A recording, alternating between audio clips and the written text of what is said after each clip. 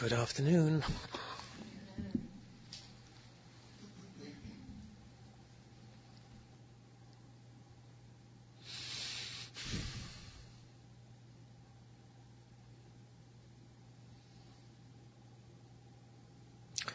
There is a tendency to think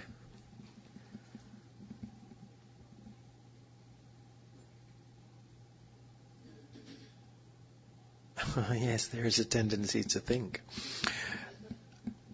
But there is a tendency to think that when our sense perception is not being satisfied by expectation, nothing is happening. In other words, when we're not seeing or hearing something, we think nothing is happening.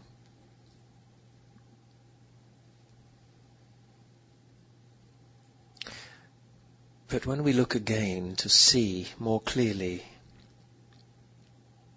what we are thinking, the nothing upon which he hangeth the earth is happening. Spiritual being is happening. God is being ceaselessly. No matter what and despite all appearance, reality is present in its fullness. But the hypnotism of a material sense, formed as it is, framed by appearance, sense, perception of truth,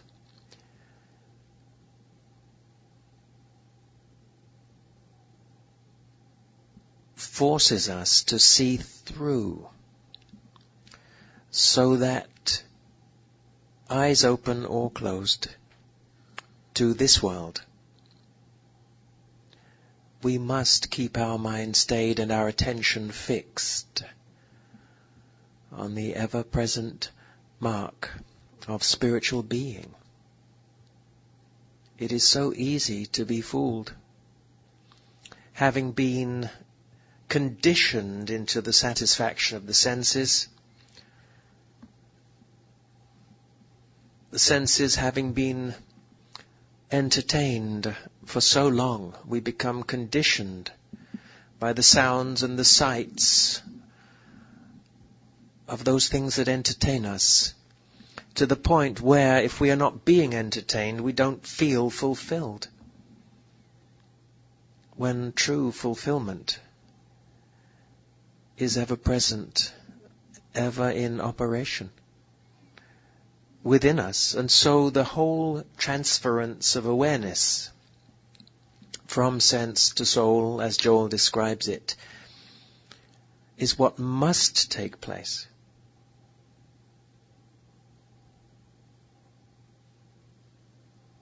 So that even whilst in the midst of the sense experience itself, our attention is beyond this world, and yet into the here and now, closer than breathing, nearer than hands and feet,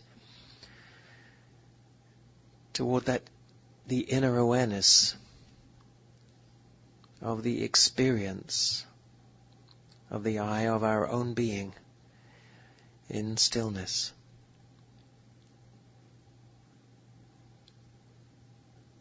It isn't until we are finally able to spend, to spend as long as we need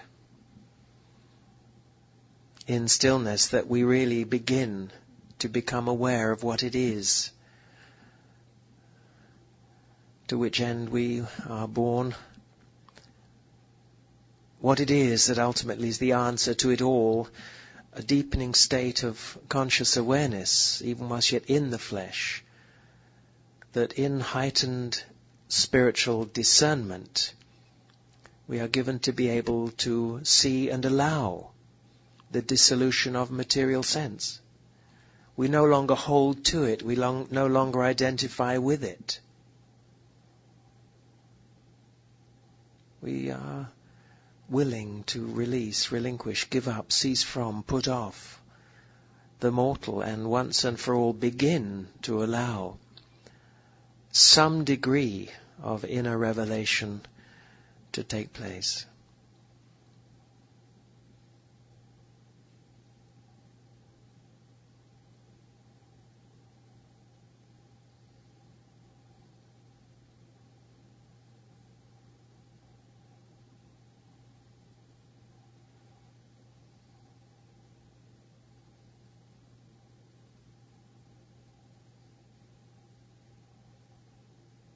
We have to realize reality doesn't come. It is ever present. Before you call, it says, I will answer.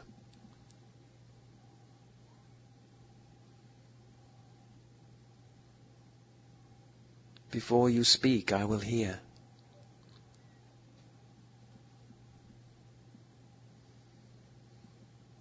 Before you ask for, you already have, because you already are all you will ever need. This is the truth of man. At least the truth of man in his true being.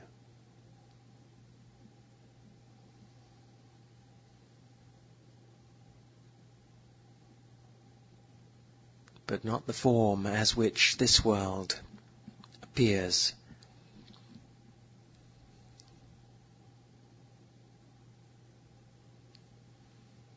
Temporal, finite, limited,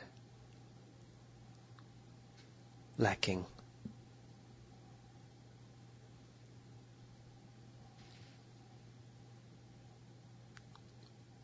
And so we have to begin to discipline ourselves. Not that our thirst for truth should be quenched by the shallow pools of this world, but that we understand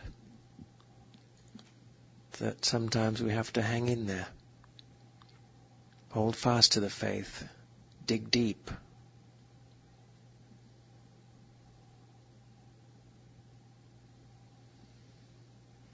That's what commitment to truth is all about. Trust.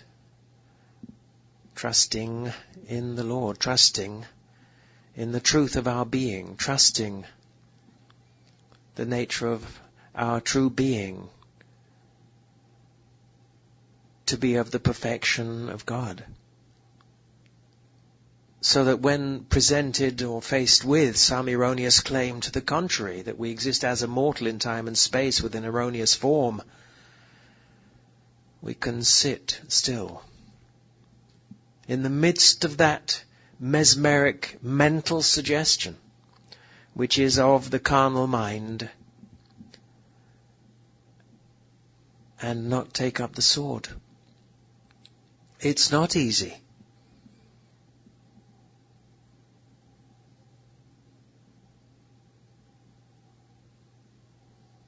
It is an act of faith, trust and hope in things unseen. It is an act of commitment to truth. To trust truth to be true.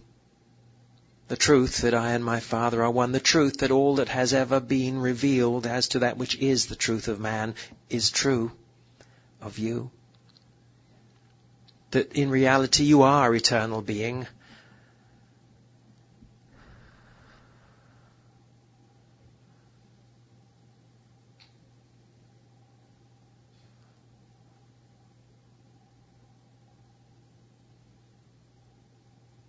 That you are forever one in being, with being.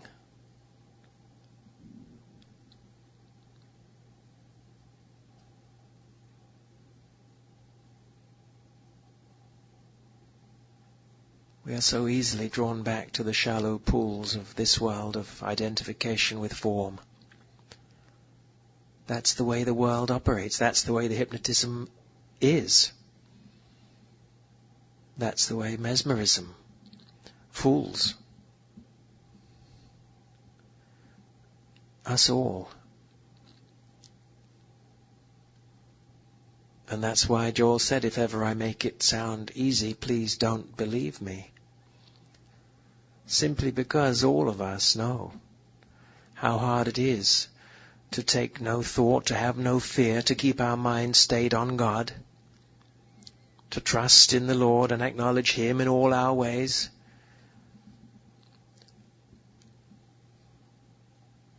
We all know that is the challenge of the high calling. We all know that even though we may have been at it, so to speak, for decades, at times we still feel barren, bereft, empty, devoid. We still feel as if we're just a beginner. We feel as if we don't really know anything.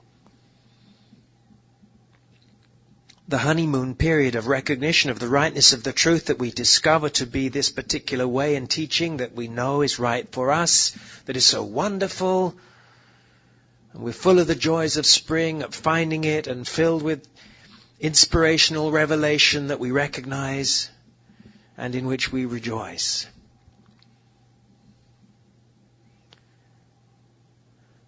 But eventually the time comes when our opportunity to apply those truths in the face of imagery and opposition, the hypnotism of this world, becomes us, where we have no choice but to prove what we know to be true. That is where practice comes in. And it's a bit like a full circle, because we begin with much study. I remember when I first found the Infinite Way, I could not get enough of the books and the tapes.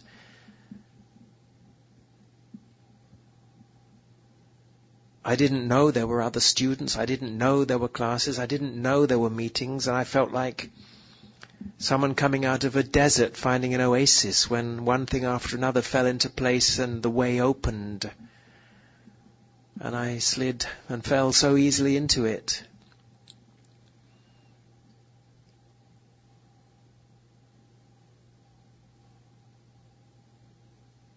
But there is a purpose to our direction and our calling. And it is not only that we know this truth with the mind, but that we, in a sense, the saying rather in the vernacular is we put our money where our mouth is.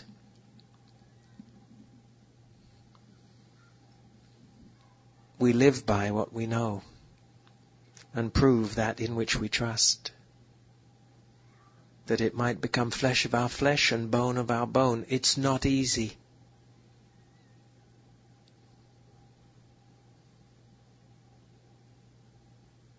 Not responding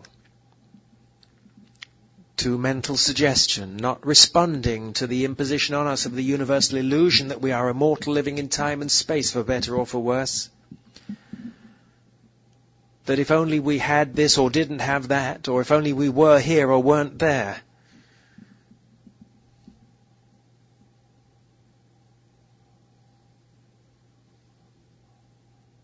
all would be well. And yet, no matter what and despite it all, we have to know without, it says, even the shadow of turning, without question and without doubt.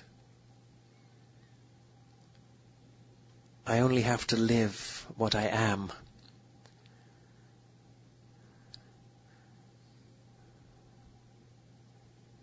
To be the freedom that has been spoken of for so long, through so many, that is the truth of all being. And as wonderful and as lovely a truth as it might seem, it is only for one reason and one end, that we each ultimately come to the point and place where there is no other way for us. We could go back if we wanted, because that fruit of this world has long since fallen from our tree, and a new fruit is coming into being. that is nourished from within, not without. It's entertained, satisfied, fulfilled within. Our awareness not from without, through sense perception. We have to be satisfied with stillness. We have to learn to listen in and to the silence. How committed are we? How dedicated are we to this cause?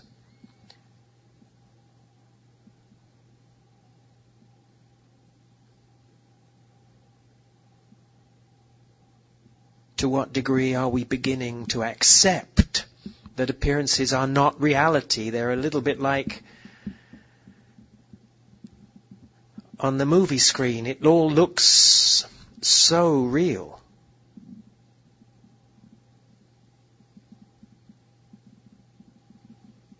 But what it actually is isn't where we see it to be. It's way back on the frame, going through the lens through which the light then casts the image onto a screen. As you believe, what is at the root base cause of existence, as you believe, so shall it be. But it isn't how it is. It's just that that is the level through which the light of truth is shining at this time in our experience of being. And so we experience ourselves in a certain way. Through a glass darkly and not face to face. But sometimes it's not easy to not be who we aren't. Sometimes it's a challenge to be fearless and selfless when presented with a feeling. It may be pain.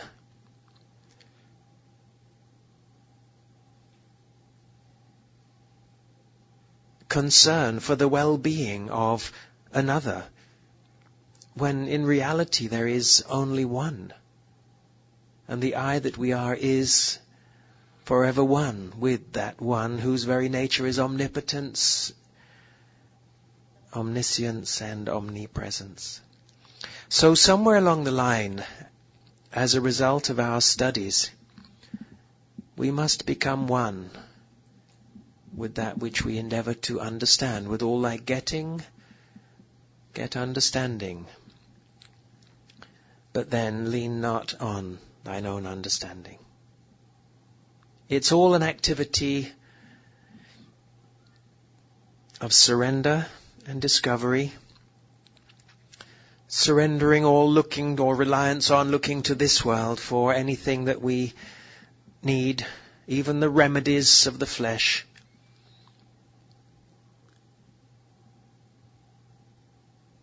And discovering that within ourselves the eye of our being is forever complete and needs nothing of this world. It doesn't look to this world for anything.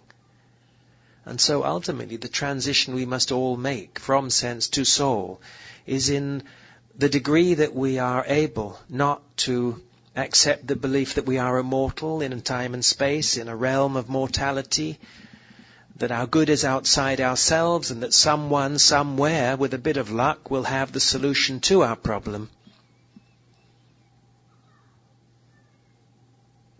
When the solution to it all is within ourselves.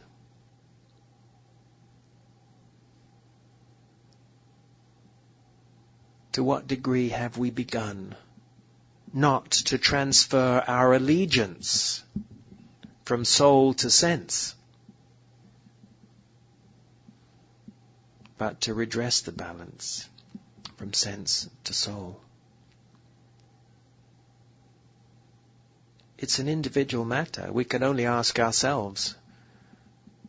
Those who are without sin, by all means let them cast the first stone, but ultimately we are all here to learn the lessons of awakening, the truth of being, the reality of the one life. It's called awakening. There is none holier than thou.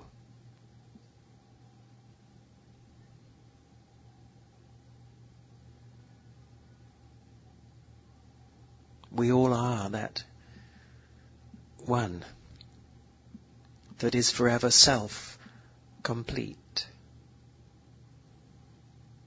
Yet how at times we seem to be lacking in what we think we need, when completeness is the very nature of the I that we are. And so we have to start to give expression to I have.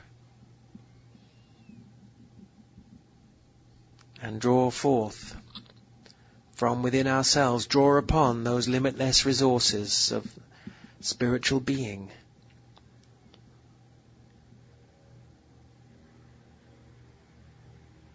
Either in form or gesture, we have to become a giving individual who selflessly serves, seeking nothing in return.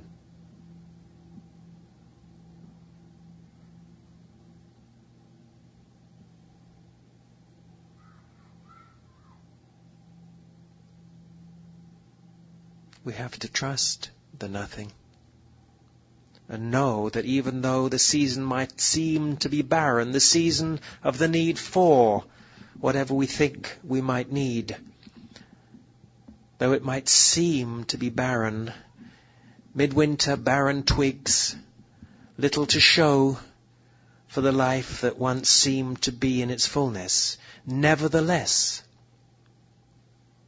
that completeness that constitutes the nature of all being is forever present in its fullness. And so we have to learn to draw upon our own withinness for the source and the sustenance that we seem to need in the now moment, that we might, through trust, be led of the Spirit, and through faith that we might be taught of God. Just through being.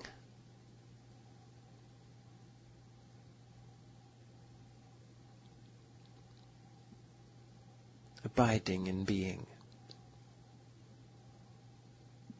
Waiting upon, not for as if it weren't so, but upon the already and ever presence, already isness and ever presence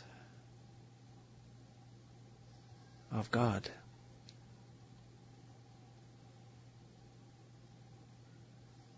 Understanding that the true nature of prayer is to know there is nothing and no need to pray for anything.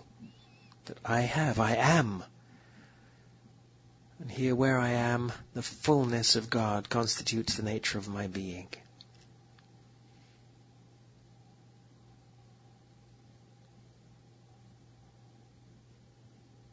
We will have many opportunities when we return to our respective places in the world to refer to these truths that are revealing themselves as to that which is the truth of our being.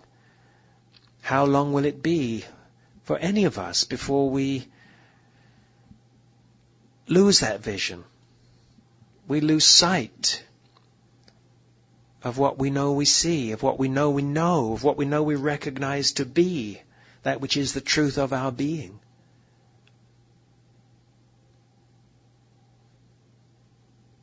How long will it be before the tempter, the temptation to accept that we are immortal, begins once again to take root and to come forth as the tree of the knowledge of good and evil that beareth no good fruit? This is all about awakening.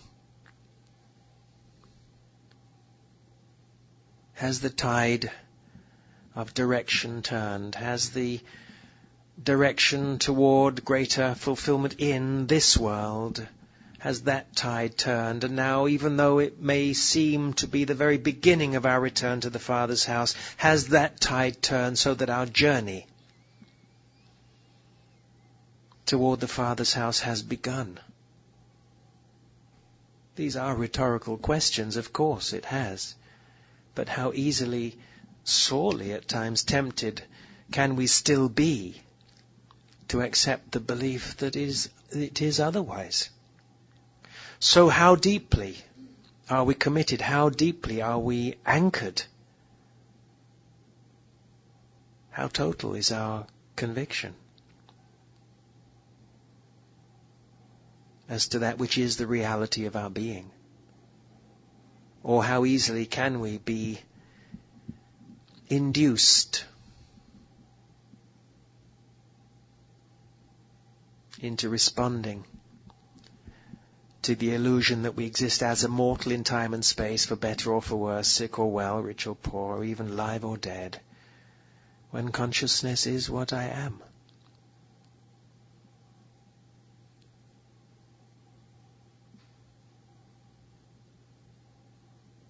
Yet this undoubtedly is the revelation of mystical consciousness, but that isn't necessarily where we come in, most of us. We come in at the beginning of a search, and we find, usually most of us are involved in reading this and reading that and going to this and that group, and then finally something registers that we realize is more significant, is profoundly relevant, that we recognize to be the way for us. And so we start to study that way. We start to recognize that there are principles of application, that there is something called the letter of truth with which we work. Mysticism never came into being without the firm foundation of the letter of truth, metaphysics. I individually happen to accept that those who are led to come to this kind of a class experience already know, already understand, have already applied, have long since learned many facets of the letter of truth. And then that in our coming together we are ready. Certainly during this time together, and then according to the degree we are able to retain within ourselves some area of awareness of this consciousness revealing itself now.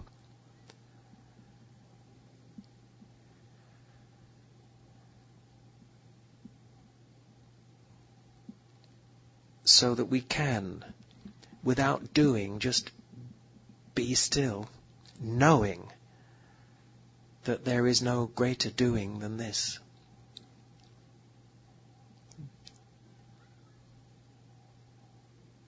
Knowing it is already done. Knowing that before you call I will answer. Knowing that trust in the Lord and acknowledgement of His presence in all our ways will unfold, appear and direct our paths in the now moment, revealing the freedom of our true being. Where once perhaps the hypnotism of sense might have been presenting in such a way as to cause us to accept and believe that we were other than that.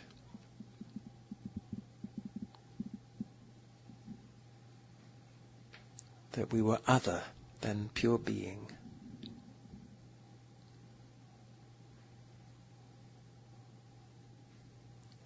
Sometimes, for us all, it's like digging clay. It's not easy working with the mind. To remind ourselves. Be transformed through the renewing of your mind. Because the mind so often is so full of so much of our human activities, what we did do or didn't, what we need to do or don't. When we have to make that conscious act of commitment and willingness to loose Him and let Him go. Even whilst we fulfill our human role and obligations, we have to keep releasing, realizing that I of myself can do nothing, but the Father within, He doeth the work. And that work is already done, so abiding as a beholder, I can approach any situation from the standpoint of that which is the truth of being, knowing that things are not the way they seem to be. And that through knowing, I and the Father being one, completeness already is the nature of the I that I am. There is nothing I ever need do to make it so. And so my attitude then is, speak, Lord. Thy servant heareth, willing to wait, taking no thought, trusting the nothing, never doubting the silence.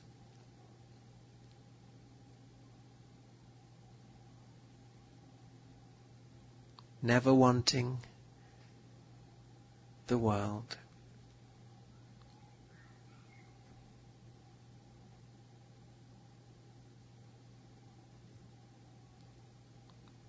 But maintaining attention and awareness within ourselves. This sometimes in itself, simple as it might seem to be, can be an initiation of sorts, where the world will just rise up and it will just try to drag our attention away over and over, in this form and that form, this way and that way. Can we come back to unconditioned being?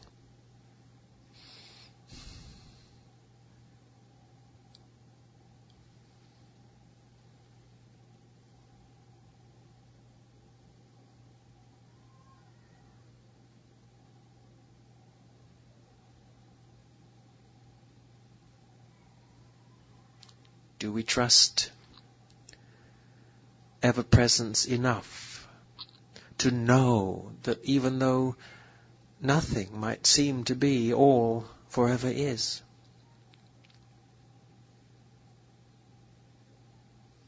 Do we truly believe we have nothing to do but be?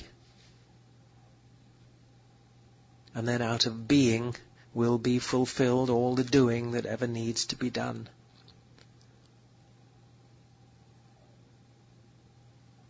This isn't a 9 to 5 and then what a relief we're off work for the weekend. This is an ever-present. The Son is ever about the Father's business. You have this opportunity every moment to rest in the awareness of oneness, to know the truth of being, that if someone calls you, if you hear,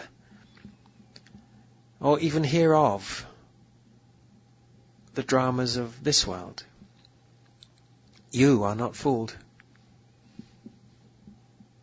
into sympathizing with the illusion as if it were a reality, but are able compassionately to give love and understanding, the strength of spiritual support and spiritual vision, without doing, just through knowing the nothingness and the non-acceptance of that which is appearing as the claim. Can you stand your ground? Can you remain steadfast and immovable? Can you rise to the occasion and not be there except as the presence of omnipresence? When this world hammers at your door to have you accept and believe that appearances are reality, that they are threatening to your life, your form, your nation, whatever it might seem to be, are you awake enough to know exactly what to do when claims present themselves to you?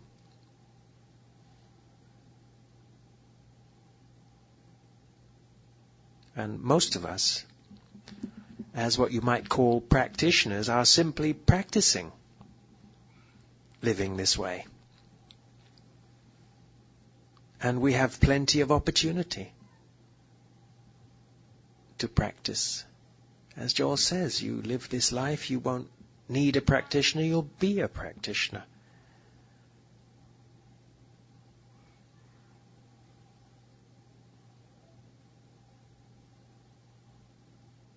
just because it will be natural to you to be a state of awakened awareness when presented with some aspect of material belief. This is a working way.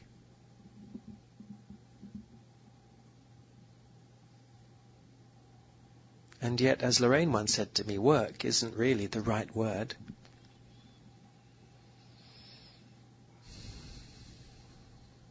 Yet you show me someone who doesn't have to reinterpret appearances at some time or other.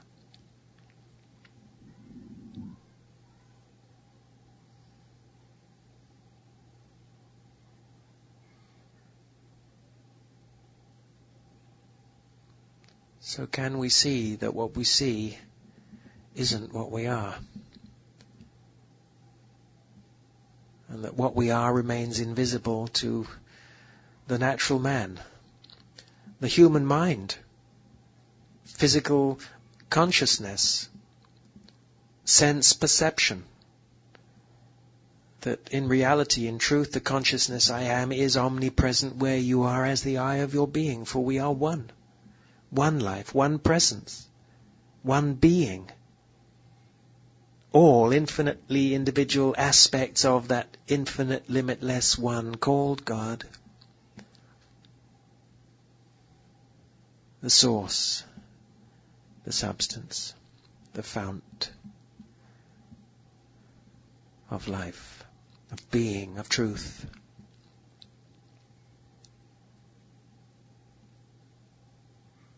Sometimes we have to dig deep.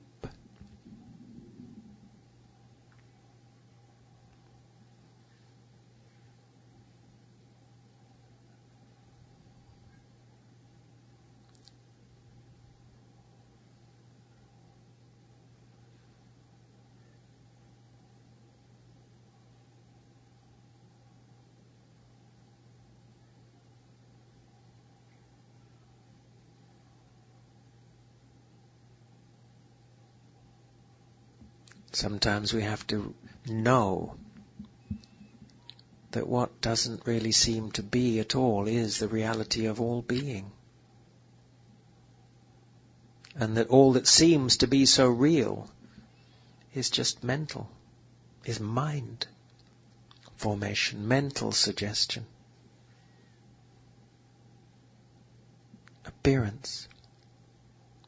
And that right where that appearance of duality, multiplicity seems to be so convincing and so real, in truth, right there, only I am is. Right there, the omnipresence of the one life that is the consciousness I am alone is, beside which there is none other. These are all the radical truths of the high calling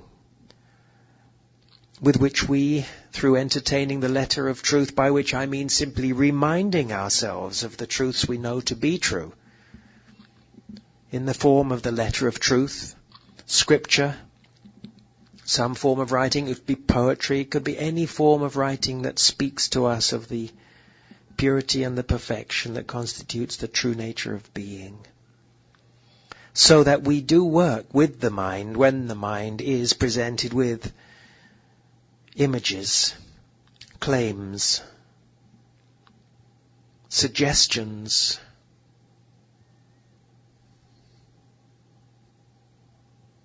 for good or evil.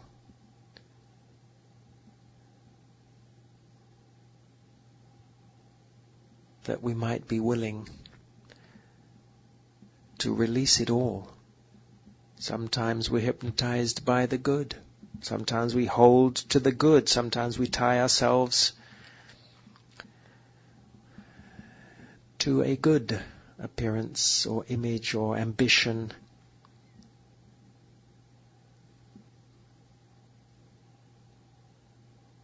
When there is no greater good than finding our peace in being.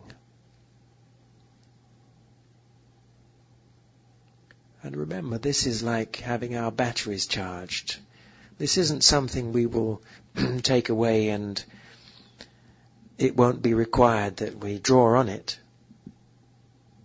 And then we may feel the need to attend another class with the same or another teacher.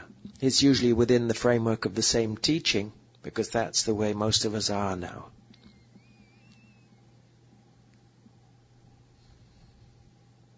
But somehow maintaining ourselves in and at one with the consciousness that we know is the substance, the source of that which is the revelation of the truth of our being. It isn't orthodox religious belief. It isn't opinion. It isn't out of the mind of man. It's the revelation of being, revealing itself as to each and every one of us as to that which is the truth of our being.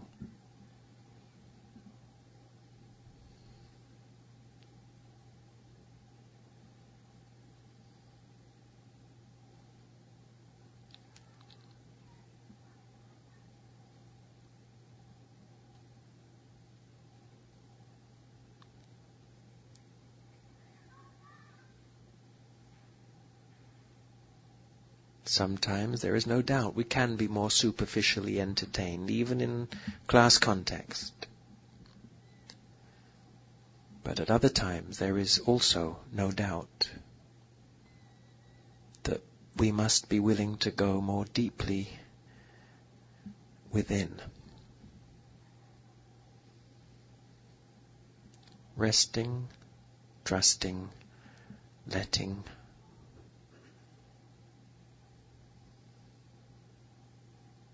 There be light.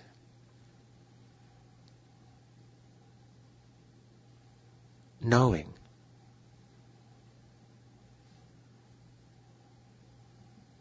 Beside me there is none other, despite appearances. Right here, right now, the I that you are is the fullness and the allness of the one life beside which there is none other. And so just know your individual completeness. You need look to no one for anything to complete yourself. But in fact, through your completeness, you have so much to give and to share with those who as yet still do not know the truth of their being.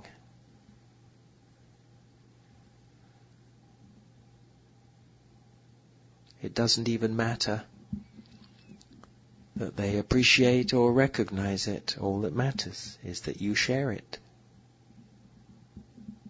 As we said in our opening session, given the way this particular class has unfolded, it doesn't really matter if anyone speak or remain silent. All that really matters is that you are here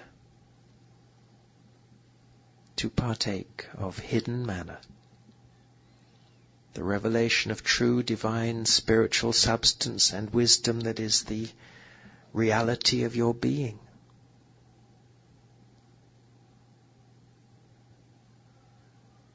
In the silence and in the stillness.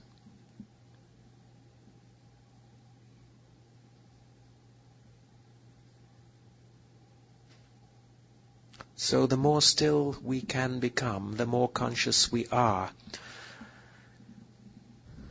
of pure spiritual being, and the more conscious we are of pure spiritual being, the less aware we are of the good or the evil of a material sense of life.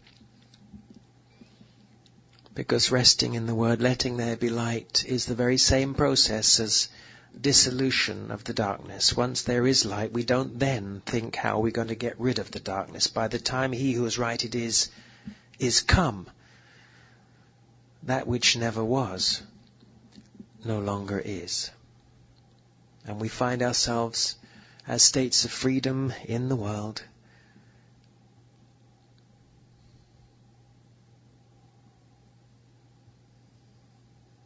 living on in the awareness of, as Joel tells us, pure spiritual being.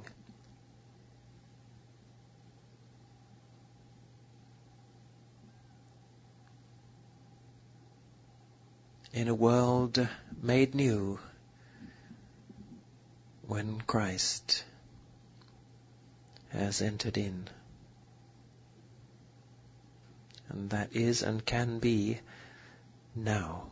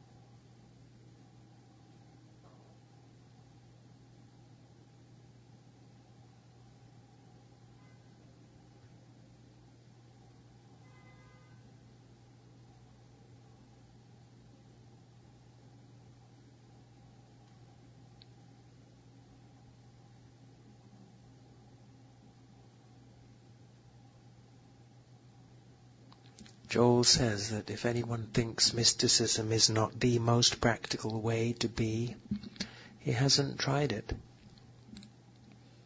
And it certainly is of the mystery of godliness that through knowing being,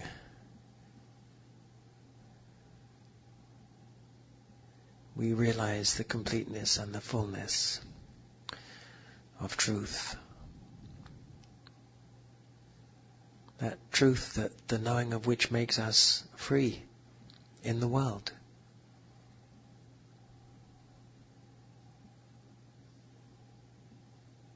So that when we do return to our calling in the world, some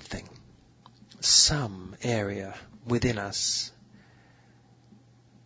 comes with us, bringing with it greater light into our human experience.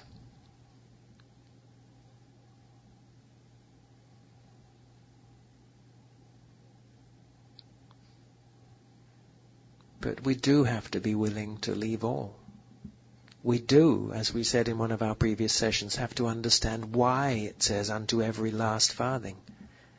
We do have to understand why we are told, except a man be willing to leave all for my sake, he is not worthy of me. It doesn't come cheap.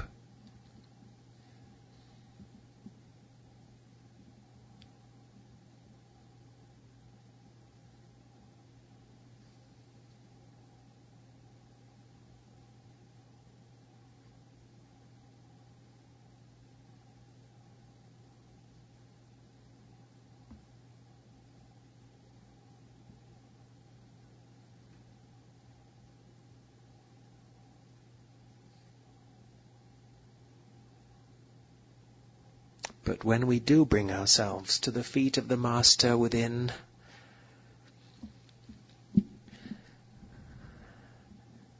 returning to the altar of awareness,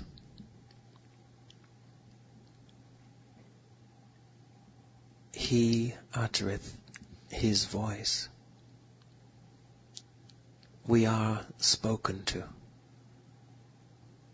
In being,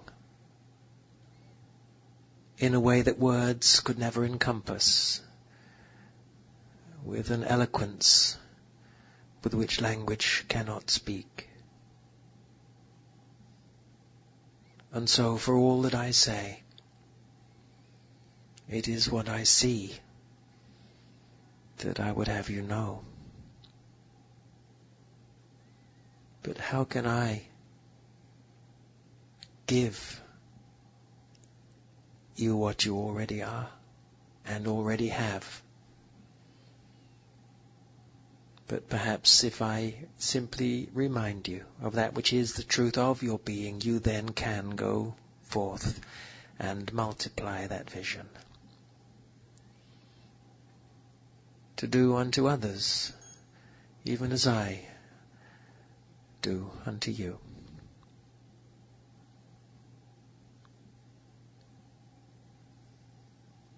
Perhaps not quite so quick to rise to the bait of judgment, condemnation, criticism. We all do it. It's so easy. But who or what in the entirety of God's creation are we finding fault with? Except we be hypnotized into accepting, believing there is someone about whom such condemnation is true. We mustn't get involved on that level and in that way. We must keep ourselves clear. Blessed are the pure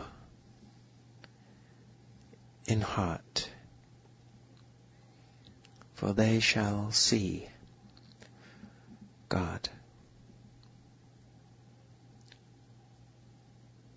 So just know that in the silence of your being, all, albeit in seed form, is, and awaits only your awareness of it, for it, to go before you, to prepare a place, to make crooked places straight, and to reveal to you the truth, the fullness, and the purpose of your being. To see, to know, to understand the whole of life is in the hand of God.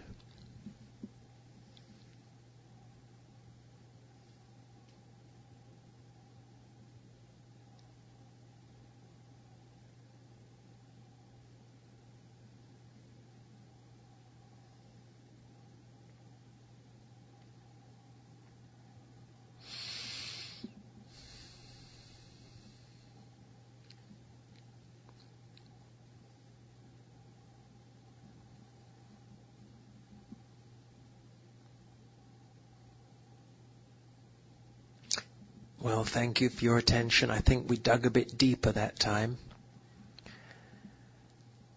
It's something we can't avoid. It's something we have to do.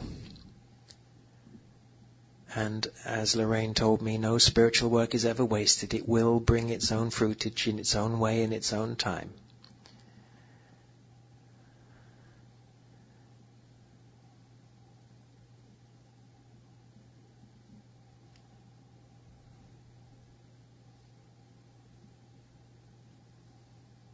The fruits of the Spirit. Harmony, peace, and freedom in being. What a gift to know the truth that makes free.